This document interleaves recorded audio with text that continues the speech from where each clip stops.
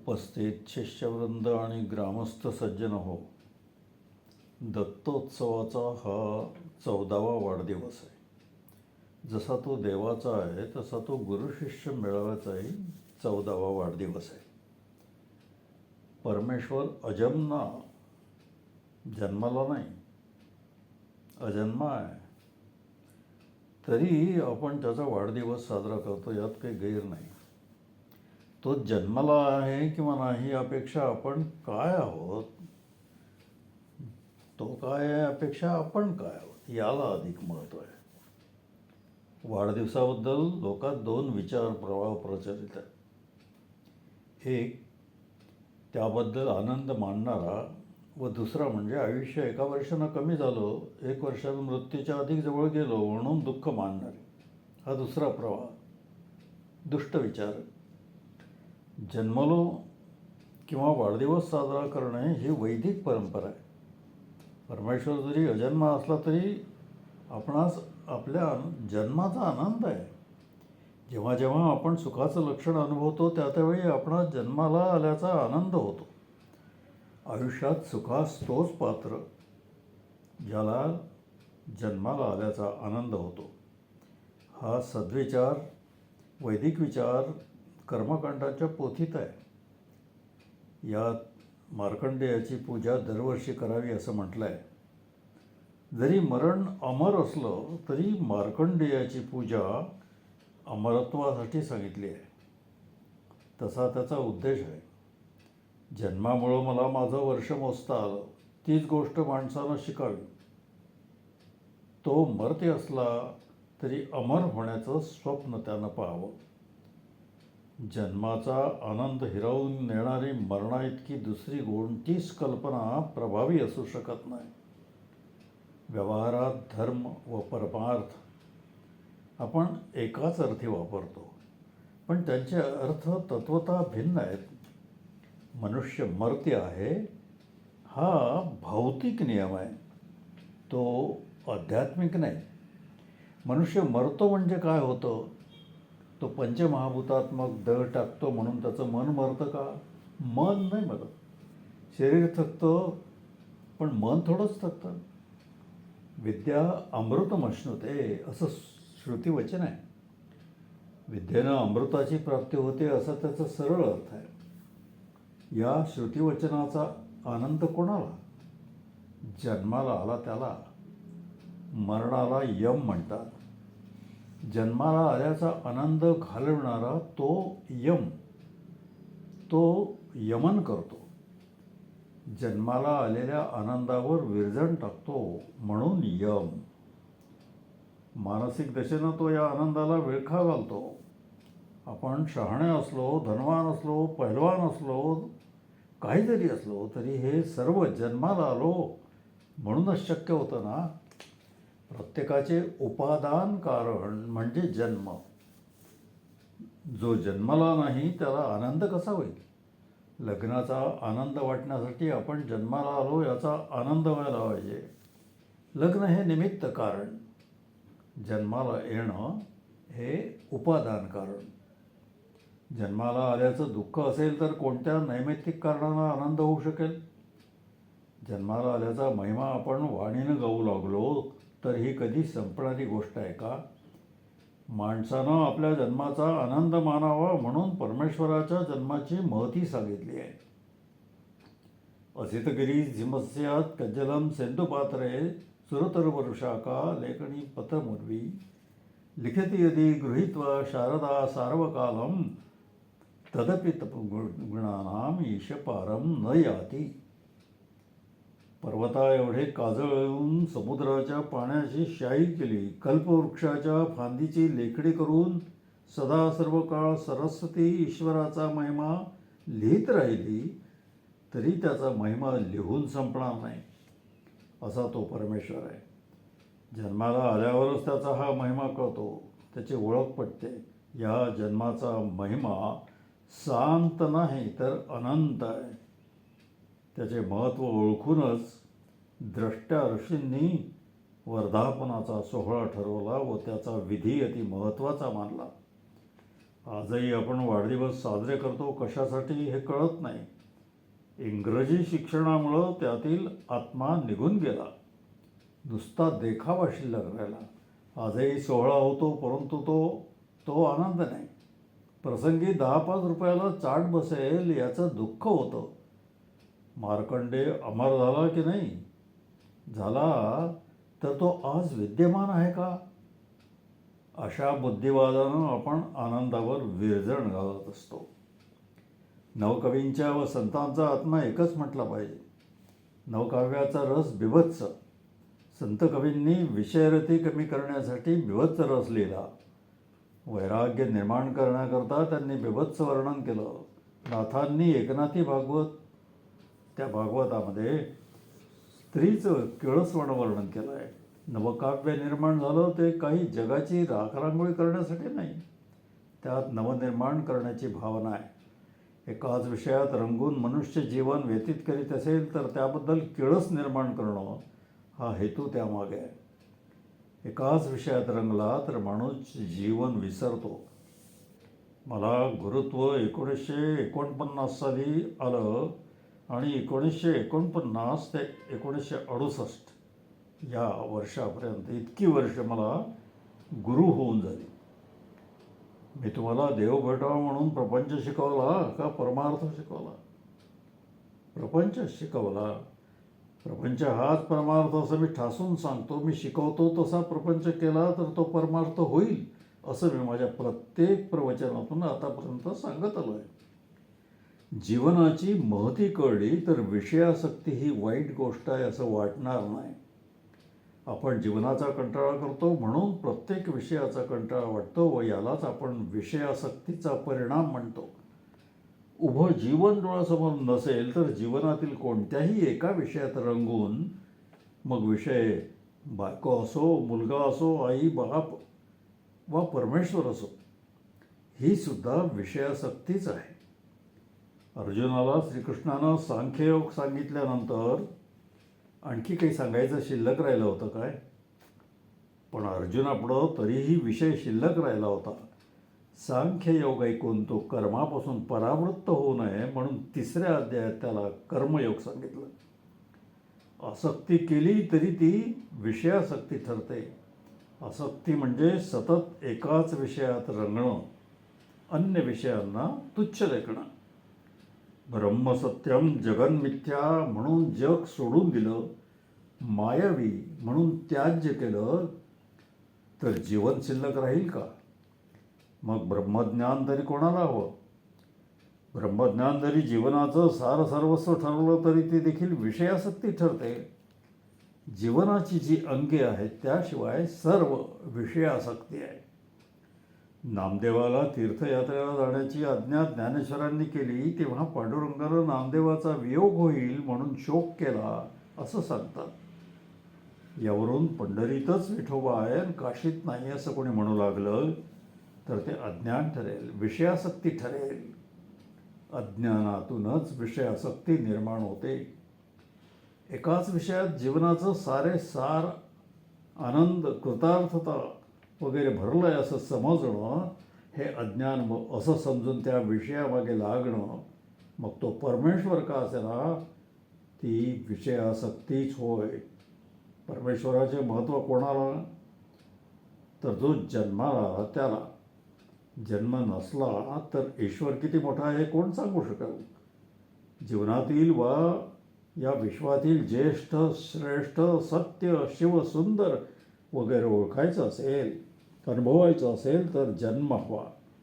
ईश्वर आहे म्हणून आपण असतो, तरी आपण आहोत म्हणून ईश्वर आहे. ईश्वराचे अस्तित्व या साऱ्या विश्वात असलं तरी आणि आपल्या मनात नसलं तर जगात ईश्वर आहे हे कशावरून समजणार? स्वतःला विसरून ईश्वरास कसं ओळखता येईल? उत्कट भाव भक्तीनं प्रसंगी भक्त व ईश्वर एक होतात. पण या भावसमाधीचा आनंद स्मृतिरूपानं सतत घेण्यासाठी भक्त हा ईश्वरापेक्षा वेगळा राहायला पाहिजे. तरच मी ईश्वर झालो, मी ब्रह्म झालो इत्यादी अनुभूती सांगता येतील. वडिलात वडीलपण नसेल तर हे घर राहील का? गोरी असेल तर गौरीला महत्त्व. गौर रुसेल व सौभाग्य घेऊन बसेल. आपण कसं तरी जगायचं ठरवलं तर जीवनाचं महत्त्व काय? आम्हाला उपाशी मरावंसं वाटत नाही म्हणून तो विश्वंभर, नाहीतर तो कसला विश्वंभर? ज्याला आपले पितर हीन दिसले त्याला देव दिसत नाही. पितरापासून दूर गेला तो देवापासून दूर गेला. वैदिक धर्माचरात कोणत्याही तीर्थाच्या ठिकाणी आधी पितृधर्म श्रोतृकर्म सांगितलं आहे, नंतर देवदर्शनाला जायचं. आपल्या पितराची महती विसरला तर ईश्वराचे महत्त्व कसं कळणार? ज्यानं आपल्याला जन्माला घातलं त्याचं महत्त्व विसरला तर ह्याचं महत्त्व किती राहील? आणि देवाचे महत्त्व तरी काय? कशाला या धर्मात जन्माला घातलं? इतरांच्या स्पृशांच्या राज्यात का घातलं नाही? असं जर एखाद्या दरिद्री ब्राह्मणानं म्हटलं तर त्याचा अर्थ त्याला जन्माला घालणारे पितर किंवा ईश्वर मूर्ख असला पाहिजे असा होतो ना. पुण्य केले म्हणून वेदनारायणाच्या जन्मास आलो असं त्याला का कळू नये? जगण्याचा ज्याला कंटाळा, जन्माला आल्याचं ज्याला दुःख, त्याला आपला धर्म, जात, घराणं, समाज, देश वगैरे सारे वाईट दिसतात. म्हणून तो कुंथत कणत आणि कुढावा करीत मरण येईपर्यंत जगण्याचा प्रयास करतो. जगण्याचाच ज्याला कंटाळा त्याला जगण्यासाठी करावयाच्या कोणत्याही कामाचा कंटाळा असतो. मग ते संध्या करायचा कंटाळा असेल, कोणाशी बोलण्याचा कंटाळा असेल, झोपेचा कंटाळा, जागे राहण्याचा कंटाळा, खाण्यापिण्याचा कंटाळा. कंटाळा कशाचा येणार नाही? वेळ नाही म्हणून देवाधर्माचं काही नित्य करायचं टाळणं हाही कंटाळाच आहे. वेळेची सबब लंगडी आहे. दिवसाच्या 24 तासांपैकी 24 तास याचे खरोखरच सत्कारणे लागतात का? जनसेवेची, देशसेवेची कामं जरी करणार असला तरी त्यात तो 24 तास अडकलेला असतो काय? आपले पूर्वज शुचिर्भूत होऊन जेवत होते ते काय त्यांना उद्योग नव्हता म्हणून? आपल्यापेक्षा ते अधिक उद्योगी होते. तरी ते संध्या करीत, भजन कीर्तन करीत, पोथी पुराण वाचित. आज आम्ही उभं जीवन पोटार्थी घालवतो म्हणून आम्हाला या गोष्टीसाठी वेळ नाही. आज माणूस पोटासाठी विकला गेला आहे, तो स्वतःचा राहिला नाही. म्हणून त्याच्या जीवनात माणुसकी नाही. माणूस हा माणूस म्हणून जेव्हा जिवंत राहतो तेव्हाच माणुसकी जन्माला येते. नवरा कमवतो, बायकोही कमवते आणि पोरांची आबाळ होते. आईबाप असूनही पोरं अनाथासारखी राहतात. आईबापाच्या प्रेमाचा, मायेचा रेशनिंग प्रमाण ठराविक वेळीच त्यांना वाटा मिळतो. ही काय माणुसकी झाली? अशा पोरांनी मोठेपणी आईला तुच्छ लेखलं किंवा केवळ जन्म दिला म्हणून त्यांची परित्यक्तेप्रमाणे खावटीची व्यवस्था केली तर त्यांची ही माणुसकी ठरणार नाही. पण याला जबाबदार कोण? पोटासाठी माणूस हा माणुसकी कशी विसरतो त्याचं हे उदाहरण. अशी अनेक उदाहरणं देता येतील. जीवन हे ओझं वाटतं त्याचं कारण केवळ पोट भरण्यासाठी सारं श्रम खर्ची पडतात. जे जगणं सहन व्हावं त्यासाठी केवढा आटापिटा करावा लागतो. पोटाकडे सारं लक्ष असल्यावर हृदयाकडे, मनाकडे, बुद्धीकडे लक्ष केव्हा कसं जाईल? पोटात पडल्यानंतर पोट शांत होतं पण मन शांत होतं का? मनासाठी काय केलं जातं? म्हणून जीवनात दुःख आहे, त्रास आहे, कंटाळा आहे. पुरुषार्थी जीवन जगण्याची हिंमत गेली, दृष्टी गेली. कसंबसं जीवन उरकण्याची दृष्टी आली. म्हणून पूर्वजांनी पुरुषार्थासाठी दिलेले सारे कार्यक्रम टाकाऊ वाटतात. पुरुषार्थच नाही तर कशासाठी देवाधर्माचे कार्यक्रम हवेत? पुरुषार्थहीन जीवन जगणं हे सुसह्य व्हावं, त्यातून सुटका व्हावी म्हणून का परमार्थ करायचा? ज्याला प्रपंचाचं ओझं वाटतं त्याला परमार्थाचंही ओझं वाटतं. म्हणून परमार्थाचा कार्यक्रम भोंगळपणे, अशास्त्रीयपणे आणि केव्हा तरी आणि कसा तरी केला जातो. म्हणून त्याचं फळ मिळत नाही आणि सबब त्यात काही अर्थ नाही अशी समज होऊन देवाधर्माला नावं ठेवली जातात व यालाच बुद्धिवाद म्हटला जातो. अनेक जन्म संसिद्धा ततो याती परांगतीम. या जन्माची महत्ता सांगितली आहे. नेपोलियनच्या शब्दकोशात इम्पॉसिबल हा शब्द नव्हता. गीतेतही तो नाही. साधू संतांना नावं ठेवली जातात का? तर त्यांनी संसारापासून विन्मुख केलं म्हणून. आज तरी आपण जीवनाभिमुख आहोत काय? जीवनात कुठल्याही गोष्टीचा आग्रह नाही, अभिनिवेश नाही. आपण एक एक गोष्ट सोडत आहोत. ही जीवन विन्मुखता नाही तर दुसरं काय आहे? आजच्या मनुष्याचं कशापासून अडत नाही. मग वैरागी कोण? ज्ञानेश्वर की आजचा मनुष्य? उलट ज्ञानेश्वरांनीच आपल्यापासून वैराग्य शिकावं अशी आजची परिस्थिती आहे. अनेक जन्म झाले आहेत, पुढे होणार आहेत हे कळलं. हे ज्ञान खरं असलं तर जन्म हा आनंदाचा विषय नाही का? म्हणून पूर्वजांनी घालून दिलेला जन्मोत्सवाचा धडा मी आचरतो. आजच्या उत्सवात माझं काही नाही, देवाचंही काही नाही, पण देवाचं अधिष्ठान व माझी उपस्थिती या दोन गोष्टी वगळल्या तर या उत्सवात काय शिल्लक राहतं? दुसऱ्याच्या सापेक्षत्वात आपलं पूर्णत्व मानल्याशिवाय त्यात पूर्णत्व नाही. प्रत्येकानं मी, अस्मिता विसरता कामा नये. अस्मिता पक्की केली नाही तर जीवनात काहीच शिल्लक राहत नाही. याची देही याची डोळा पाहिनं मुक्तीचा सोहळा या तुकारामांच्या प्रतिज्ञेत त्यांची अस्मिता, त्यांचा स्वाभिमान, त्यांच्या अस्तित्वाची जाणीव दिसून येतं. तुम्ही अस्मिता जागृत ठेवली नाही, नाट्य केली तर तुम्ही जगायला अपात्र ठराल.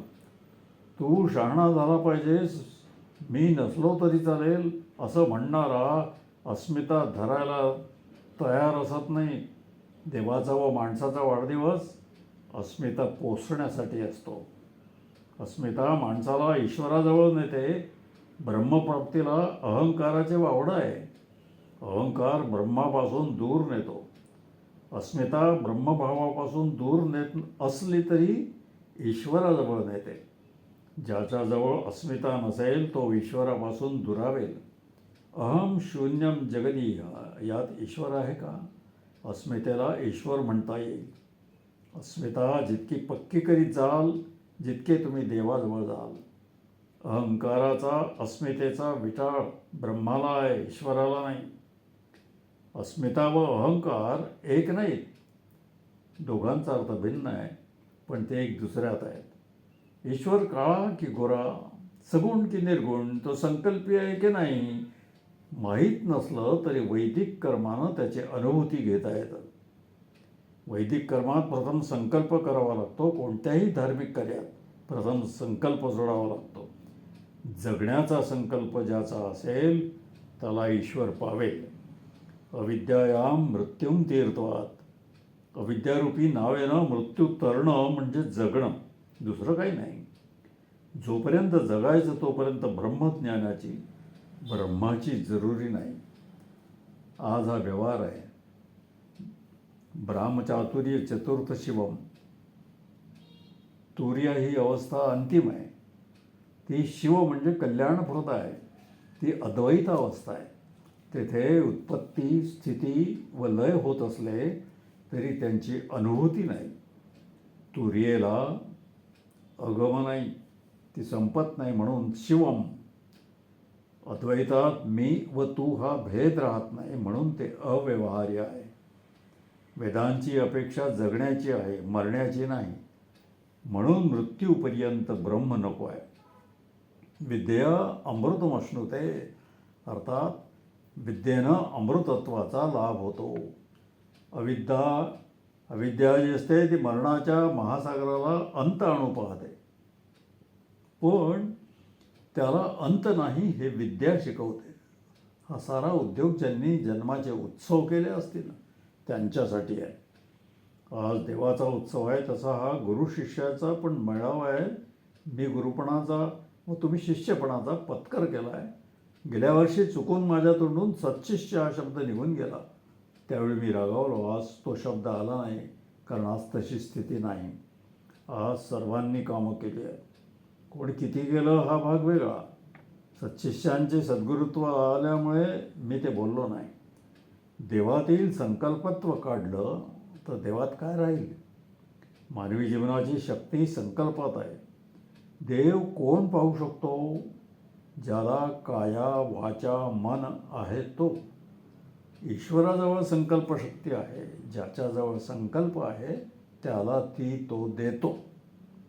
कशाचा संकल्पच नाही तर ईश्वर हवा कशासाठी?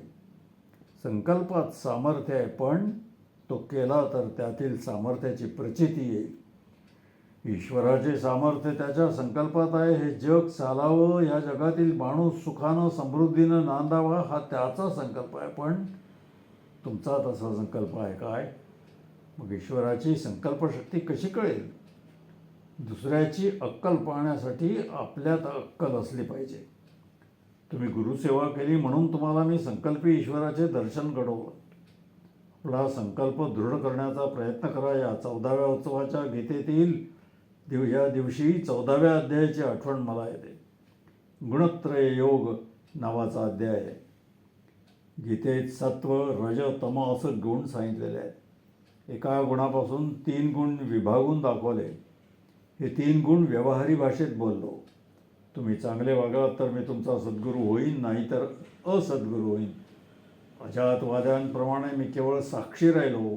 त्याचं कारण तुमच्या ठिकाणी सत्पद आले म्हणून आणि प्रसाद म्हणून संकल्परूपी परमेश्वराचं स्वरूप दाखवलं. या उत्सवात परमेश्वरानं अधिष्ठान आहे. त्या परमेश्वराचं अधिष्ठान आहे की नाही ते तुम्ही ओळखा. माझी उपस्थिती केवळ साक्षी मात्र आहे, अस्ति मात्र आहे. आजच्या प्रवचनाखेरीज माझा व आपला कसलाही संबंध नाही. मी साक्षीत्व पत्करलं ते तुम्ही सत्पणानं दिलं म्हणून. यामुळे माझं कर्तव्य पण संपलं, तरी माझी अस्ति नाही का? व्यवहारात केवळ साक्षीत्व पत्करून अस्मिता ठेवून ईश्वराची कृपा कशी मिळेल? ह्याकरता मी गुरु झालो आहे. याकरता मी गुरु झालो नाही. जीवनापासून मोकळं होण्याकरता मी गुरु नाही. माझ्या अस्मितेमुळं तुम्ही आनंद घेत होता. मी अस्मिता पत्करून तुम्हाला देवाचं दर्शन घडवलं आहे. हा आनंद ईश्वर भावाचा आहे, ब्रह्मभावाचा नाही. वेदात द्वासुपर्णा ही ऋचा आली आहे, तुम्हालाच माहिती आहे. एका झाडाच्या फांदीवर 2 पक्षी बसले आहेत. त्यातला एक खादाड आहे व दुसरा उपवास करणार आहे. या दोघांची आपसात भेट झाली नाही तरी देखील ते एकमेकांचे भाऊ आहेत, सहोदर दाखवले आहेत. म्हणजे त्यातील एकत्व दाखवलं आहे. त्याची भेट नाही, केवळ साक्षीत्व आहे. भ्रातृत्वाचे वाचन वस्तुत्वानं होतं. हिरा आणि गारगोटी यात सहोदरत्व असतं. जीवभाव अस्मिता हा खादाड आहे, त्याला सुखच पाहिजे असतं. आणि ब्रह्मभाव अस्मिता शून्यता हा केवळ साक्षी आहे, त्याला सुखही नको व दुःखही नको. केवळ साक्षीत्व म्हणजे ताठस्थ्य. हे तुम्हाला पाहिजे का? इथे बसल्या बसल्या मी तुम्हाला केवळ साक्षीत्व दाखवलं. ताठस्थाही तुम्ही अनुभवली. गप्पा मारता मारता साक्षीत्वाचा अनुभव दिला. ही गोष्ट तुम्ही घडी घडी अनुभवाल तर कोण हिरावून नेईल? आद्य शंकराचार्य ईश्वर सांगतात म्हणून ब्रह्म खोटे नाही. ब्रह्मही खरे व ईश्वरही खरा. मग सत्य 2 कसे? तर ते साक्षीत्वाने आहे म्हणून खरे आणि एक दुसऱ्यात मिसळते म्हणून खरे. आजचं प्रवचन हा उपदेश आहे. ज्याला डोक्यावर हात ठेवणं म्हणतात ते आहे. प्रवचनाच्या सुरुवातीला केवळ साक्षीत्वाचा अनुभव आणून देईन असं सांगितलं होतं का? तरी अनुभव आणून दिला का नाही? याला म्हणतात डोक्यावर हात ठेवणं. संकल्परूपी देव व ताटस्थाचा अनुभव हा आपण आज दिला आहे. आपण असं काही केलं तर असं मिळवू हे कळलं, हा अनुभव आला तर उत्सव का करावा हे नव्यानं सांगण्याची गरज आहे का? तुम्ही उत्सवाला आला नसता तर आज मी दिलेला अनुभव तुम्हाला मिळाला असता का? तुम्हाला असा काही अनुभव मी देण्याचं काही योजलं नव्हतं, पण तुम्ही तसं काही मिळेल अशा अपेक्षेने ते बसला नाही. पण ते घडलं. ते असं कसं घडलं ते कोणालाच सांगता येणार नाही. आणि हीच तर देवाची लीला असते, हीच त्याची कृपा असते. गुरु शिष्याच्या संबंधात देवाचा हात असतो तो असा. जो जीवनाचं महत्त्व ओळखतो त्यालाच असे अनुभव येतात. पूर्वी लोक जेव्हा पायी तीर्थयात्रेला जायला निघत तेव्हा देवाला संबळीत किंवा अशा लहानशा पेटीत ठेवत असत. देव विटाळला जाऊ नये ही त्यांची भावना असायची. ज्या हृदयरूपी संबळीत ईश्वर ठेवायचा असतो ती पेटी कशाची आहे? जीवनानंद रूपी ती पेटी आहे. जीवनानंद हा कधी ओवळा होऊ शकत नाही, कधी विटाळला जात नाही. म्हणून नित्य सोहळी अशी ही जीवनानंदाची संबळी ईश्वर ठेवायला लागते. ईश्वराचे खरे अधिष्ठान तेच आहे. ईश्वरा सर्वभूतानां हृद्देशे अर्जुन तिष्ठती या वचनाचा हाच अर्थ आहे. ज्या ज्या प्राणीमात्राच्या हृदयात जीवनानंद भरला आहे तेथेच ईश्वराचे खरे अस्तित्व आहे. जीवनाचा आनंद म्हणजे सोहळेपणा आणि कंटाळा म्हणजे ओवळेपणा. जीवनाला कंटाळलेल्या माणसाच्या ओवळ्या हृदयात परमेश्वर कसा येईल? एवढं कळलं म्हणजे तुम्हाला सर्व काही कळलं. ज्या दिवसाची मी सतत 14 वर्षे वाट पाहत होतो तो दिवस आज उगवला. आज कुठेही कोणावर मी रागावला नाही. तुम्ही याचा आनंद अनुभवला असेल. सोहळं नेसाचा कंटाळा म्हणजे जीवनाचा कंटाळा. सोहळं सोयीचं वाटणं, तापदायक न वाटणं याचं नाव जीवन. आणि म्हणून देव सोहळ्यात राहतो. कर्मकंटाळा म्हणजे जीवनाचा कंटाळा. तुम्हाला मी देव दिला, संबळी दिली, तेव्हा ते तुम्ही नीट सांभाळा हीच माझी इच्छा आहे. काय म्या पामरे बोलावी उत्तरे, परी त्या विश्वंभरे बोलविले. नमस्कार मंडळी, मी सुरेश कुलकर्णी. आपण हे जे प्रवचन ऐकलं ते 1968 सालचं होतं आणि द्वादशी या ग्रंथात त्याचा समावेश परमपूज्य दादांनी ह्या ग्रंथात केलेला आहे. आणि ग्रंथातलं ते पहिलं प्रवचन आहे. आणि 14वा उत्सव असला तरी परमपूज्य भाऊंचं 13वं ते प्रवचन होतं. कारण पहिल्या उत्सवात त्यांनीच मागे सांगितल्याप्रमाणे त्यांचं प्रवचन त्यांनी केलेलं नव्हतं. त्यामुळे उत्सव 14वा होता आणि प्रवचन 13वं होतं. तेव्हा हे अभिवाचन आपणास कसं वाटतं? यातून काही अनुभूती येते का? जे उपस्थित असतील कदाचित त्यांना पुनःप्रत्ययाचा आनंद प्राप्त होईल. आणि जे नवीन असतील, ज्यांनी कधी ते पूर्वी ऐकलं नसेल किंवा वाचलं नसेल, अशा साऱ्यांना काहीतरी प्रेरणा मिळावी हीच परमेश्वरचरणी प्रार्थना. परंतु नेमकं आपल्याला काय वाटतं तर आपण आपला अभिप्राय नोंदवून कळवावं. त्याचप्रमाणे हे आवडत असेल अभिवाचन तर या व्हिडिओला लाईक करा, शेअर करावं आणि चॅनलला सबस्क्राईब करावं ही विनंती. कारण सबस्क्राईब केल्यानंतर मग यापुढील व्हिडिओची सूचना प्रत्येकाला येत राहील. धन्यवाद.